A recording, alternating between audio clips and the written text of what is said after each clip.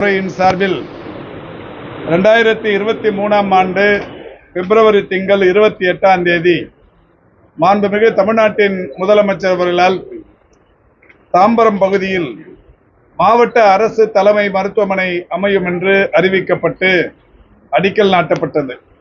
மாண்புமிகு முதல்வர் அவர்களால் அடிக்கல் நாட்டப்பட்ட இந்த மருத்துவமனை என்பது 1971ஆம் ஆண்டு முத்தமிழறிஞர் கலைஞர் அவர்களால் தாம்பரம் அரசு மருத்துவமனை என்கின்ற வகையில் தொடங்கி வைக்கப்பட்டது.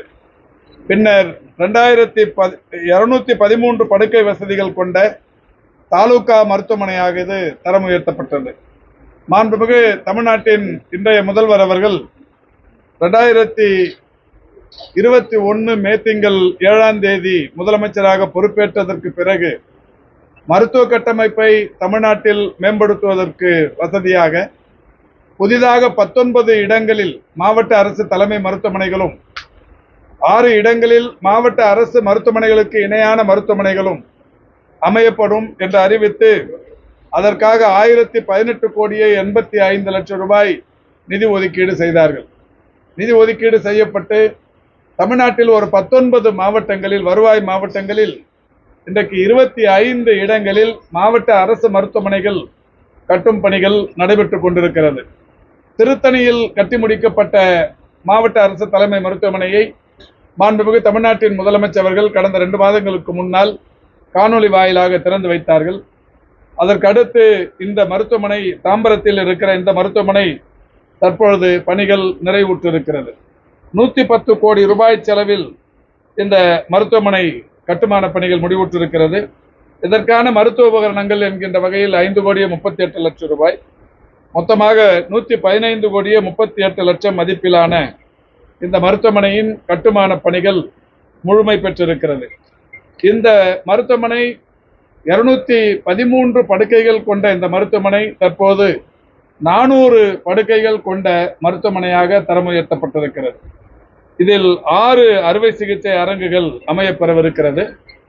தரைத்தளம் மற்றும் 6 தளங்களுடன் கொண்ட இந்த மருத்துவமனையில் ஏறத்தாழ அனைத்து வசதிகளும் கொண்ட மருத்துவமனையாக இது அமையவிருக்கிறது.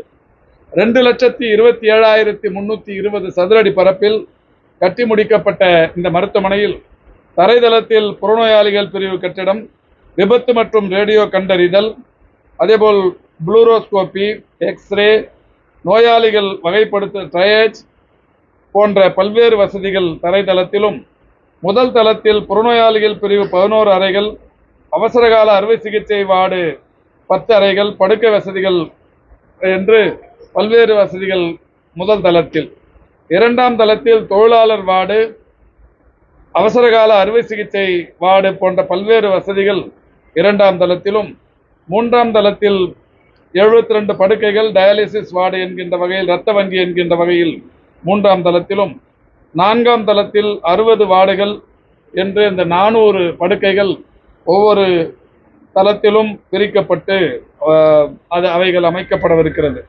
5ஆம் தளத்தை பொறுத்தவரை 4 அறுவை சிகிச்சை அரங்குகள், அதோடு மட்டுமல்ல ஐசியு படுக்கைகள் ஒரு 15, HDU படுக்கைகள் 12 என்கின்ற வகையில் ஒரு 40 படுக்கை வசதிகள் கொண்ட ஒரு ஐசியு வசதி 5ஆம் தளத்தில் அமையவிருக்கிறது. 6ஆம் தளத்தில் 107 படுக்கைகள், மருத்துவர் அறை, செவிலியர் அறை, லைன் ஸ்டோர், தேர்வு அறை போன்ற பல்வேறு வசதிகள் அங்கே அமையப்பெறவிருக்கிறது. இவைகளையும் கடந்து சமையலறை, சலவையகம், நிர்வாக பிரிவு கட்டிடம், பிணவரை கட்டிடம் என்று பல்வேறு வசதிகளுடன் கூடிய கட்டிடமாக இது அமைந்திருக்கிறது. இந்த கட்டிடத்தோடு பக்கத்தில் இன்னொரு கட்டிடமும் அன்றைக்கே பயன்பாட்டுக்கு வரவிருக்கிறது. அதை பொறுத்தவரை இந்த மருத்துவமனையின் துணை கட்டிடமாக பல்வேறு வசதிகளை அதிலும் விரிவாக்கம் செய்வதற்குரிய நடவடிக்கைகள் செய்யப்படவிருக்கிறது. இந்த வகையில் இந்த கட்டிடமும் பக்கத்தில் ஏற்கனவே குரோம்பேட்டையில் இந்த மருத்துவமனை இங்கிருந்து ஒரு அரை கிலோமீட்டருக்கு பக்கத்தில் ஒரு மருத்துவமனையாக ஏற்கனவே செயல்பட்டு வருகிறது.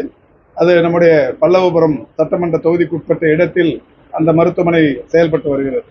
மழைக்காலங்களில் மிகப்பெரிய அளவில் மக்கள் பாதிப்புக்குள்ளாகிற சூழலில் நம்முடைய மாண்புமிகு மாவட்டத்தின் அமைச்சர் மரியாதைக்குரிய தாமு அன்பரசன் அவர்களும், சட்டமன்ற உறுப்பினர் பல்லாவரம் பெருமதிப்பிற்குரிய ஈகா அவர்களும் தாம்பரம் தொகுதியின் சட்டமன்ற உறுப்பினர் மரியாதைக்குரிய திரு ராஜா அவர்களும் மாண்புமிகு நம்முடைய மாண்புமிகு தமிழ்நாட்டின் முதலமைச்சரிடத்தில் கோரிக்கை வைத்து மாவட்ட அரசு தலைமை மருத்துவமனை வேண்டும் என்கின்ற வகையிலான அந்த கோரிக்கையை மாண்புமிகு முதல்வர் அவர்கள் ஏற்று இன்றைக்கு 115 கோடியே 38 லட்சம் ரூபாய் மதிப்பீட்டில் ஒரு மிகப்பெரிய மருத்துவமனை ஒன்று அமைந்திருக்கிறது. இது தாம்பரம் மட்டுமல்ல, இங்கே சுற்று வட்டாரத்தில் இருக்கிற ஒட்டுமொத்த மக்களுக்கும் மிகப்பெரிய அளவில் பயனளிக்கக்கூடியதாகவும் மருத்துவ சேவை ஆற்றக்கூடிய வசதிகளை கொண்டதாகவும் இருக்கும். அதே நேரத்தில் ஏற்கனவே இருக்கிற அந்த மருத்துவமனையில் தற்போது ஒரு 6 கோடியே 80 லட்சம் மதிப்பீட்டில் ஒரு பல் மருத்துவ பிரிவு கட்டிடம் ஒன்று கட்டி முடிக்கப்பட்டிருக்கிறது. அதில் 6 கோடியே 80 லட்சம் மதிப்பீட்டில் கட்டப்பட்ட அந்த கட்டிடத்தில் தற்போது ஒரு 30 லட்சம் ரூபாய் மதிப்பீட்டிலான அது மருத்துவ உபகரணங்கள் அமையும் பணி நடைபெற்றுக் கொண்டிருக்கிறது. அந்த கட்டடமும் ஏறத்தாழ 7 கோடியே 10 லட்சம் மதிப்பிலான அந்த கட்டிடத்தையும் மாண்புமிகு முதல்வர் அவர்கள் இங்கிருந்து திறந்து வைக்கிறார்கள். அதே கட்டிடத்தில் தற்போது ஒரு 1 கோடி ரூபாய் செலவில் ஒரு ஆய்வக கட்டிடம் ஒன்றும் கட்டி முடிக்கப்பட்டிருக்கிறது. ஒருங்கிணைந்த ஆய்வக கட்டிடம். அந்த கட்டிடத்தையும் மாண்புமிகு முதல்வர் அவர்கள் திறந்து வைக்கவிருக்கிறார்கள். ஆக நம்முடைய மாண்புமிகு தமிழ்நாட்டின் முதலமைச்சர் அவர்கள் இங்கே 115 கோடியே 38 லட்சம் மதிப்பிலான மாவட்ட அரசு தலைமை மருத்துவமனையும், ஐசோலேஷன் பிளாக் என்று 21 கோடியே 93 லட்சத்தில் கட்டப்பட்ட அந்த கட்டிடத்தை, இந்த கட்டிடத்திற்கு சம்பந்தப்பட்ட அந்த கட்டிடத்தையும், 1 கோடி மதிப்பிலான ஒரு ஒருங்கிணைந்த ஆய்வக கட்டிடத்தையும், 7 கோடியே 10 லட்சம் மதிப்பிலான பல் மருத்துவ கட்டிடத்தையும் வருகிற 5ஆம் தேதி இங்கே நேரடியாக வந்து இந்த மருத்துவமனையை மாண்புமிகு தமிழ்நாட்டின் முதலமைச்சர் அவர்கள் திறந்து வைக்கவிருக்கிறார்கள் என்கின்ற மகிழ்ச்சியான செய்தியினை உங்களோடு பகிர்ந்து கொள்கிறோம்.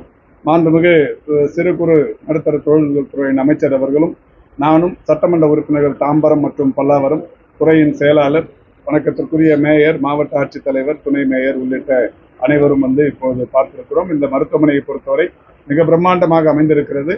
இந்த பகுதி மக்களுக்கு தேவையான பல்வேறு வகைகளில் அவர்களுடைய மருத்துவ சேவையை பூர்த்தி செய்ய இந்த மருத்துவமனை தயாராக இருக்கிறது.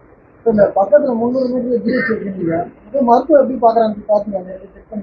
என்னங்க பக்கத்துல ஜிஹெச் இருக்கு சார், நேரடியாக போய் பாருங்க மருத்துவம் எப்படி பாக்குறாங்க. ஒரு வாரம் நான் இருந்தேன் சார், கூட டாக்டர் வந்து நேரடியாக பாக்குறேன், அட்மிட் ஆயிருந்தேன், டாக்டர் வர மாட்டாங்க சார். சரி, ஒரு புகார் கொடுங்க, எந்த டாக்டர் வரல, எந்த வார்டில் நீங்க அட்மிட் ஆயிருந்தீங்கன்னு நடவடிக்கை டாக்டர் வரவே இல்லை. அதே டாக்டர் பிரைவேட்ல போனா ஈஸியா பார்க்க வேண்டியதா இருக்கு. சரி, பிரைவேட்ல அதாவது நீங்க தனியார் மருத்துவமனையின் தூதரா பத்திரிகையாளரா இருக்கீங்க. இல்லங்க, நீங்க உங்க நோக்கம் என்ன? அது கரெக்டா இல்ல அது சொல்லுங்க. உங்களுக்கு ட்ரீட்மெண்ட் என்ன வேணும் அது பண்ணல அது சொல்லுங்க. புகார் சொல்றதுக்கு உங்களுக்கு உரிமை இருக்கு. இதை விட தனியார் மருத்துவமனைக்கு போலான்னு சொல்றது அது அந்த நோக்கமா உங்களுக்கு?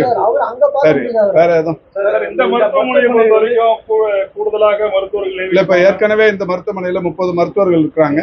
இந்த மருத்துவமனையின் தேவைக்கேற்ப மருத்துவர்கள் நியமிக்கப்படுவார்கள். அது மட்டும் இல்ல, இந்த மருத்துவமனைக்கு தேவையான இந்த தூய்மை பணியாளர்கள், இந்த செக்யூரிட்டி, காவல் அந்த பணியாளர்கள்லாம் தற்காலிக பணியிடங்கள் உடனடியாக நிரப்பப்படும்.